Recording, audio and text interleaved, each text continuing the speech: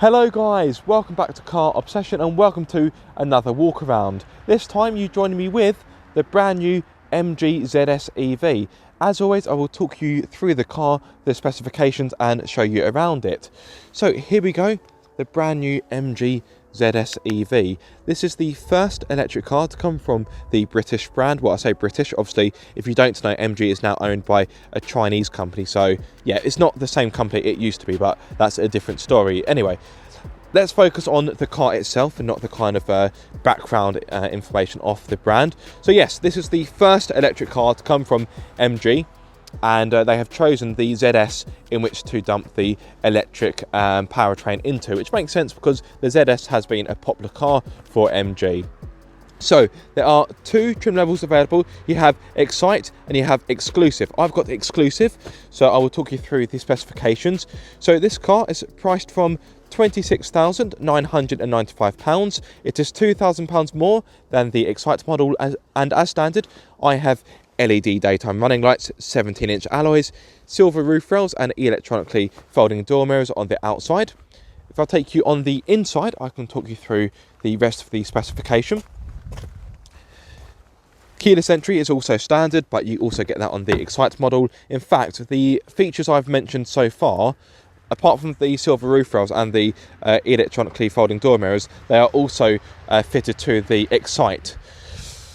So, back onto the Exclusive, you get leather style seats and the front seats are heated, and the driver's seat is 6-way electronically adjustable. Those features are exclusive to the, well, Exclusive.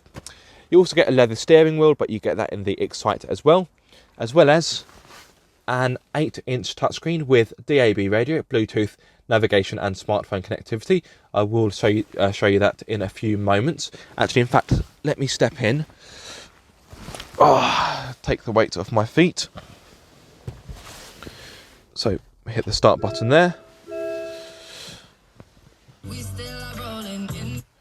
Let's turn it off before YouTube has a go at me for music copyright.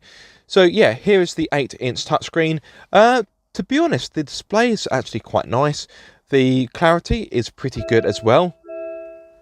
Yes, okay, I get it. This car does like to make quite a few noises.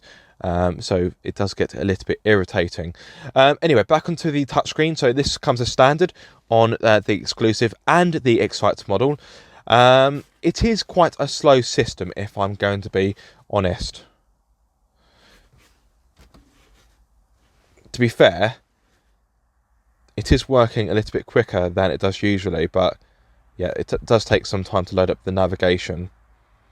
So it's not the most seamless or slickest touchscreen going, but you know, given the price of this car, I think it's difficult to have any strong complaints. But yeah, it works okay, but yeah, it's not going to win any awards anytime soon. But as you can see, you get Android Auto and Apple CarPlay. So yeah, you do have a good amount of kit, and this also has a reversing camera. So if I actually start the car up like so. So I've got a little rotary dial, which you can use to select your drive modes. Yes, I know. Please be quiet. So, as I said, this car does like to make a few bonging noises. So, hit the P button to put it into park, then twist it to the right for drive. Twist it once to the left to hit neutral, and then twist it once more to get reverse. And as you can see, I have a reversing camera. The definition isn't overly brilliant, but it should be enough to stop you bumping into anything behind you. And you also have rear parking sensors as standard. If you go for the Excite, you get the parking sensors, but you don't get the reversing camera. Neither model have front parking sensors, which I think is a little bit disappointing, but hey, it is what it is. Pop it into park. Air conditioning comes as standard, but I suppose you would expect that in this day and age. You may have noticed these little toggles down here. So the one on the left says mode. So this car has got 3 different driving modes. So if I just zoom in like so, let's get rid of that message. Right, hopefully.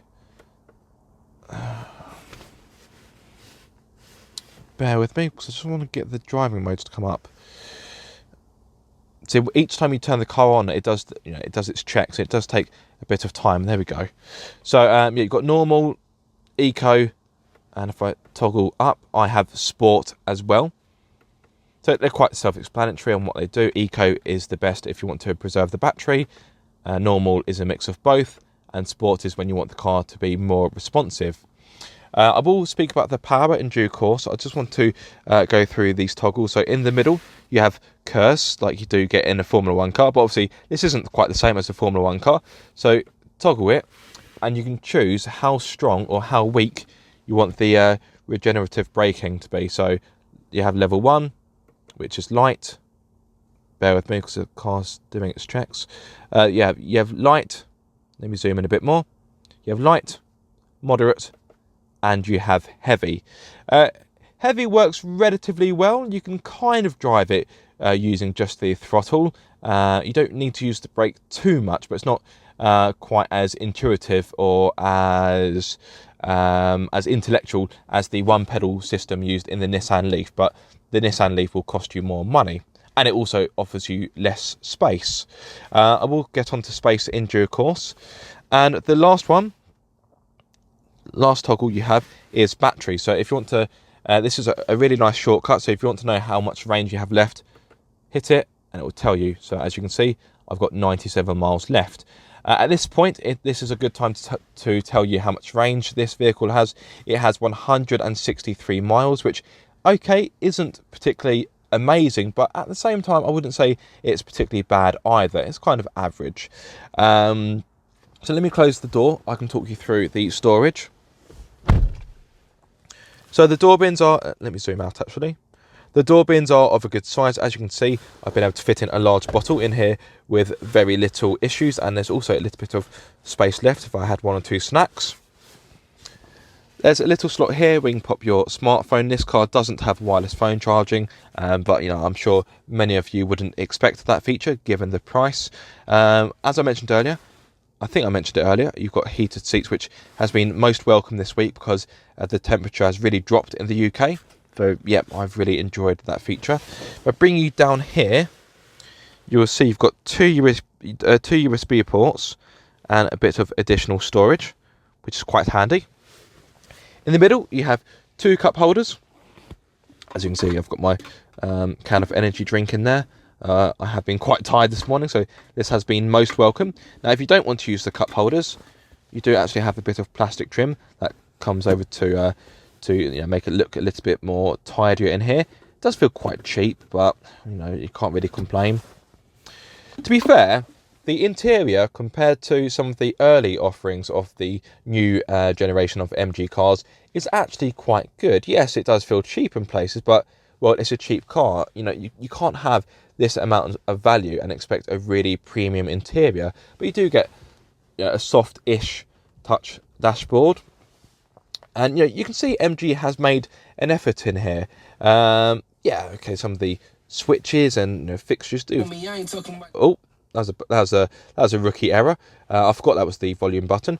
Some of the dials do feel a little bit cheap and a little bit meh, but it's difficult to complain. So I'm not going to have any strong complaints about that. Glove box is of an okay size, not overly massive, but it should be enough to fit in a few snacks for a road trip, or a hat, or like a woolly hat or gloves or scarf. As you can tell, it is winter in the UK, so autumn/winter. Either way, it's cold. In here, you have a cubbyhole which has got a bit of my just got some random bits in there, but I will cut to a clip where that is empty, so you get an idea of how big it is. It's not overly massive, but it offers a decent amount of storage. As standard on the exclusive model, I do get a panoramic roof.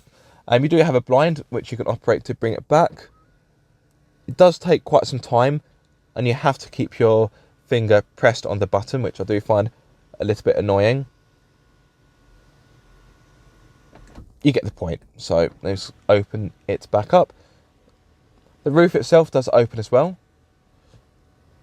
which may seem obvious to some, but not all panoramic roofs actually open.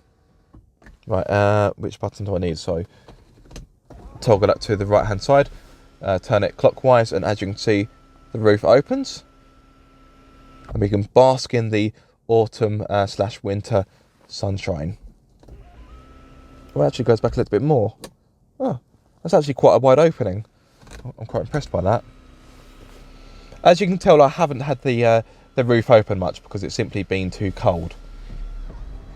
But yeah, I am quite impressed by how large the opening is when you do operate it. Right, okie dokie. So, anything more to speak about in the front? Oh, the ZS EV does get the MG Pilot as standard. So for the Excite, that means you get autonomous emergency braking, lane keep assist, traffic jam assist, and intelligent speed assist. If you go for the Exclusive, you get blind spot monitoring, and you also get rear cross traffic alert as well. So this does have, you know, quite a few safety features.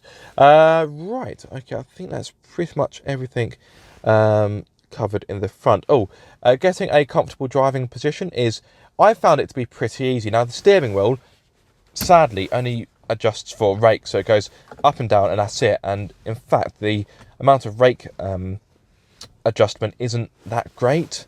But in all honesty, I'm 6'2" and I found it very easy to get a comfortable driving position, so I don't have any complaints in that department. However, oh yes, be quiet. Oh, so annoying. However, as I may have mentioned earlier, the driver's seat is 6-way electronically adjustable. So if I bring it down here, you can see the buttons for it. Right, let me step out so I can show you space in the rear. Oh. Right. So, as always, the driver's seat has been set for me. I'm 6'2", so I am, of course, a taller chap. But even so, space for me in the rear isn't too bad. It's pretty generous. So if I step in like so, you will see I've got an agreeable amount of knee room, and leg room isn't too shabby either. So yeah, I'm quite impressed by that. Headroom is a little bit tight though, because of course this does have a panoramic roof, but even so, even for my height, I do have a little bit of space left over. So I think the majority of adults will be quite comfortable back here. Could you fit 3 adults in the rear? Potentially. As you would expect, the middle seat is quite slim, but the transmission tunnel is pretty much minimal, so your middle passenger will have somewhere to put their legs, so you could potentially fit 3 adults back here, but I think it might be a bit tight. However, for 3 children, it'll be fine, or of course 2 adults, again, that'd be fine. In regards to storage, the rear door bins are of a decent size. That I have there, that is able to fit in there, so no issues there. You have a little bit of storage in the, you have a little pouch in the back of the front seats, and you even have a little cubby hole in here. So if you have a packet of chewing gums or, you know, any smaller items, you can pop them in there, and you also get a USB port as well. So those in the rear can charge their smartphones or their tablets on the go, which I quite like. Okay, that's the rear covered. Right, let me show you the boot. Now, as always, it's got all of my filming crap in there, so it is pretty much organised chaos, but I will cut to a clip where the boot is empty. To open it, you flip up the badge like so, which is quite Volkswagen-like. And yeah, like I said, it is organised chaos. So when you have the rear seats up, you have a capacity of 470 litres, which, believe it or not, is more compared to the petrol version of the ZS, which I found quite surprising. Fold down the 60/40 rear seats and you'll get 1,100 litres, which is less than the petrol version of the ZS. That's because the batteries are underneath the floor of the car, which does raise the rear seats up. But I'm sure you'll agree that is a very usable boot, and in fact it is bigger compared to a Kia e-Niro, a Nissan Leaf and a Hyundai Kona electric, so this is a practical car. Right, okie dokie. If you're wondering where the charging cables are kept, they are underneath the boot floor. Speaking of which, I've done a lot of talking, but at no point have I actually discussed the battery, the range, or indeed the performance, so I think it is about time I do so. Right, there's the bonnet release. Let's come around to like so, and find the tab to, oh, always tricky to do it with one hand. There we have it. So this is powered by a 44.5 kilowatt hour capacity battery and of course an electric motor. It produces 143 horsepower along with 353 newton meters of torque. If you want that in old money, that is 260 pound-feet. This power is mated to the front wheels and it will hit 62 miles per hour in a respectable 8.5 seconds, and the top speed is just 87 miles per hour, which, okay, isn't particularly fast, but come on, in the UK that is plenty anyway. Right, let me pop the bonnet down. So in regard to range, this has 163, which is by no means amazing, but you know, it's not particularly bad either. Did I mention the range earlier? I've lost track. I may have done, but yes, it has 163 miles, which is relatively average, but you know, it's neither amazing or bad. In regard to charging times, this can be charged from 0% to 80% in 40 minutes if you use a 50 kilowatt charger. But if you use a 7 kilowatt charger at home or perhaps your workplace, you can get this from 0% to 100% in around 6.5 hours. To access the charging ports, you simply press the MG badge. This part of the grille pops out like so. Lift it up, and as you can see, you have the charging ports there. And then once you're done, you simply pop this back down, push it into place, and it clicks back quite nicely. So yeah, there we have it, the brand new MG ZS EV, arguably the best value electric car that money can buy in the UK right now. Yeah, okay, it's, you know, it's not the nicest car inside compared to some of its rivals, but you know what, I think it's definitely better than what MG has offered before. The outside styling, as I discussed when I had the petrol version of the ZS, it looks okay, but it's not particularly inspired. It looks quite generic, but you know, I wouldn't say it's an ugly car per se, but that is of course subjective. But anyway, that's everything I have to say about the car for the time being. There will of course be a full review, but in the meantime, if you have any questions or queries, please feel free to leave a comment in the comment section below, and I will answer you as quickly as I possibly can. But yes, I think that's everything I have to say about the ZS EV for the time being.